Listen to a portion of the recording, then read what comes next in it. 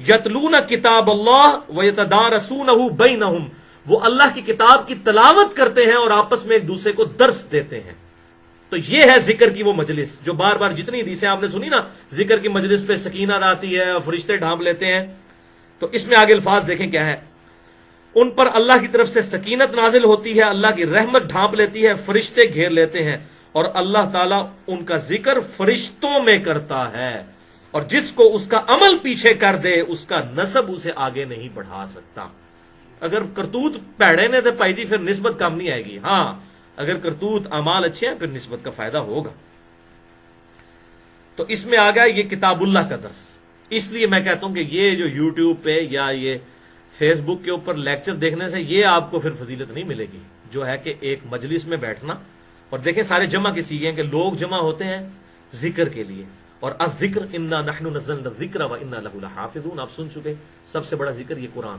تو قرآن کی تعلیم، اس کی مجلس، درس قرآن کے جو حلقے ہیں یہ ان کے لیے ہے. یہ اللہ ہو علی ضربے نہیں ہے.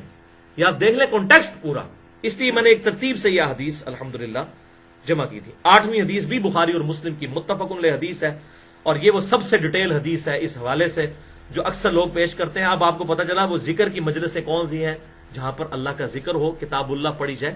اور ظاہر ہے اس کی وجہ سے یہ چیز بھی بالکل میرے نزدیک تو جائز ہے. یہ صحیح مسلم کی 6853 جو ہم نے سنی کہ اگر کوئی مسجد میں قرآن خوانی کرواتا ہے یا اس طریقے سے کسی نے نئی دکان بنائی یا نیا مکان بنایا اور وہاں پر گھر والے بیٹھ کے قرآن خوانی کرتے ہیں اور ایک جگہ جمع ہو کر قرآن کا درس کرتے ہیں تو یہ بالکل جائز ہے. لیکن یہ نہ ہو کہ مولویوں کو پیسے دے کے قرآن پڑھانے کے لیے منگوایا گیا ہو. نہیں، وہ نہیں. فی سبیل اللہ، اللہ کی رضا کی خاطر لوگ پڑھیں تو وہ اس حدیث کے تحت بالکل درس قرآن اور اسی طریقے سے قرآن خوانی کروانا بھی بالکل جائز ہے. جبکہ پڑھنے والے بے لوس اللہ کی قربت کے لیے پڑھ رہے ہوں، جس طرح یہاں پر لوگ آتے ہیں وہ بے لوس آئے ہوئے ہیں. ظاہر ہے ہم نے کوئی پیسے دے کے تو نہیں بلوایا، نہ یہاں کوئی پیسے بانٹتے ہیں. اب یہ 8ویں حدیث بھی اسی ذکر کی مجلس، قرآن کی مجلس کے لیے ہے. ڈیٹیل حدیث صحیح بخاری میں 6407، صحیح مسلم میں 6839 کہ کچھ فرشتے ہیں اللہ کے جو اہل ذکر کی مجلسوں کو تلاش کرتے ہیں. اہل ذکر قرآن کی دعوت اور تدریس کرنے والے لوگ.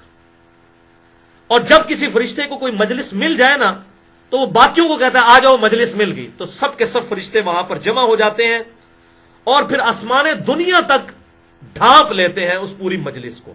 الحمدللہ اللہ تعالیٰ کے فرشتوں نے اس مجلس کو بھی ڈھانپا ہوا ہے الحمدللہ. اور پھر وہ اللہ کے حضور جب حاضر ہوتے ہیں تو ان کا رب ان سے پوچھتا ہے، حالانکہ وہ جانتا ہوتا ہے اس کے باوجود وہ فرشتوں سے پوچھتا ہے. آپ صلی اللہ علیہ وسلم ہمارے اللہ جانتا ہے لیکن پھر بھی پوچھتا ہے فرشتوں سے. اللہ تعالیٰ بھی اس میں خوشی محسوس کرتا ہے کہ تم میرے بندوں کے پاس سے آئے تو تم نے ان کو کس حال میں پایا. تو کہتے ہیں اللہ وہ تیری تسبیح، تکبیر اور حمد و ثنا بیان کر رہے تھے. اللہ اکبر کبیرہ والحمد للہ کثیرہ وسبحان اللہ بکرۃ واصیلا، یہ پڑھ رہے تھے. اچھا، اللہ تعالیٰ فرماتا ہے کیا انہوں نے مجھے دیکھا ہے؟ تو فرشتے عرض کرتے ہیں اللہ نہیں دیکھا. تو پھر اللہ فرماتا ہے اگر وہ مجھے دیکھ لیتے، تو فرشتے کہتے ہیں پھر تو اس سے بھی زیادہ ذوق و شوق کے ساتھ تیری یاد کرتے. پھر اللہ تعالیٰ فرماتا ہے میرے فرشتوں وہ مجھ سے کیا مانگ رہے تھے؟ تو فرشتے عرض کرتے ہیں اے اللہ وہ تو جنت مانگ رہے تھے. اللہ تعالیٰ فرماتا ہے کہ کیا انہوں نے جنت کو دیکھا ہے؟ فرشتے کہتے ہیں دیکھا تو نہیں. اللہ فرماتا ہے کہ اگر وہ دیکھ لیتے تو یا اللہ تیری عزت کی قسم. اچھا، اس میں سب کے ساتھ ہے کہ وہ فرشتے کہتے ہیں اللہ تیری عزت کی قسم، اے اللہ تیری عزت کی قسم، اگر وہ جنت دیکھ لیتے تو اس سے بھی زیادہ زور و شور کے ساتھ تو اسے جنت کو طلب کرتے. لہٰذا یہ بات پتہ چلی کہ یہ جو صوفیاء کا نظریہ ہے کہ جنت کے لیے عبادت نہ کی جائے، جنت کی طلب نہ کی جائے، یہ بالکل باطل نظریہ قرآن حکیم کے خلاف ہے. بلکہ صحیح مسلم میں ایک حدیث ہے، ایک صحابی جو حضور صلی اللہ علیہ وسلم کو وضو کرواتے تھے، آپ ایک دفعہ حضرت ربیہ رضی اللہ تعالیٰ عنہ، میں نے جو مسئلہ شفاعت والا ہے مسئلہ نمبر 4 میں حدیث یہ بتائی ہے، آپ نے فرمایا ربیہ مانگ کیا مانگتا ہے؟ سل ربیہ. انہوں نے کہا جنت میں آپ کا پڑوس. تو آپ نے تو نہیں فرمایا کہ جنت نہ مانگ، ان کو پتا تھا جب حضور کا ساتھ ملنا ہے تو جنت میں ہی ملنا ہے نا جا کر. ٹھیک ہے، تو پھر آپ نے اور بھی کچھ مان لو. انہوں نے کہا یا رسول اللہ یہ بہت ہے. فرمایا پھر کثرت سجود سے میری مدد کر، یعنی نیک مال اختیار کر، میری دعا کی برکت ہوگی انشاءاللہ تجھے میرا پڑوس ملے گا. تو یہ حضرت ربیہ کا عقیدہ ہے. ہمیں بھی حضور صلی اللہ علیہ وسلم کا جنت میں پڑوس چاہیے تو ہم اللہ سے جنت کا سوال کرتے ہیں. ہاں وہ رابعہ بصریہ کی طرف منسوب ہے کہ وہ ایک ہاتھ میں آگ اٹھائی ہوئی تھی اور ایک میں پانی، اور کہا جی میں اس آگ سے جنت کو آگ لگانا چاہتی ہوں اور پانی سے دوزخ بچانا چاہتی ہوں تاکہ لوگ جنت دوزخ کی وجہ سے نہیں اللہ کی وجہ سے عبادت کریں. تو میں پھر وہی بات کروں گا، یہ تو جذباتی باتیں، علمی میدان میں ان کی کوئی حیثیت نہیں ہے. تو ہم رابعہ کے عقیدے پہ نہیں ہیں، ربیہ کے عقیدے پہ ہیں، صحابی کے عقیدے پہ جو صحیح مسلم میں حدیث ہے. سل ربیہ، ہم بھی اللہ تعالیٰ سے اس کے محبوب صلی اللہ علیہ وسلم کا جنت میں پڑوس مانگتے ہیں. آمین. بہرحال پھر فرشتوں سے اللہ تعالیٰ پوچھتا ہے کہ وہ کس چیز سے میری پناہ طلب کر رہے تھے. فرشتے کہتے ہیں جی دوزخ سے. اللہ تعالیٰ فرماتا ہے کیا انہوں نے دوزخ دیکھی؟ وہ کہتے ہیں یا اللہ نہیں، اللہ کی قسم نہیں دیکھی. تو اللہ تعالیٰ فرماتا ہے اگر وہ دیکھ لیتے تو یا اللہ تیری عزت کی قسم اس سے بھی زیادہ زور و شور سے وہ دعا مانگتے، اللہم اجرنا من النار، اللہم اجرنا من النار، اللہم اجرنا من النار.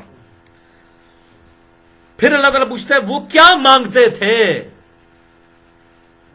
تو وہ فرشتے کہتے ہیں وہ کہتے تھے یا اللہ تو ہمیں بخش دے، بس یہ بات. ربنا آتینا فی الدنیا حسنہ وفی الآخرۃ حسنۃ وقنا عذاب النار. تو اللہ تعالیٰ فرماتا ہے کہ فرشتوں پھر گواہ ہو جاؤ، میں نے ان سب کو بخش دیا اور جو انہوں نے مجھ سے مانگا میں نے ان کو عطا کر دیا.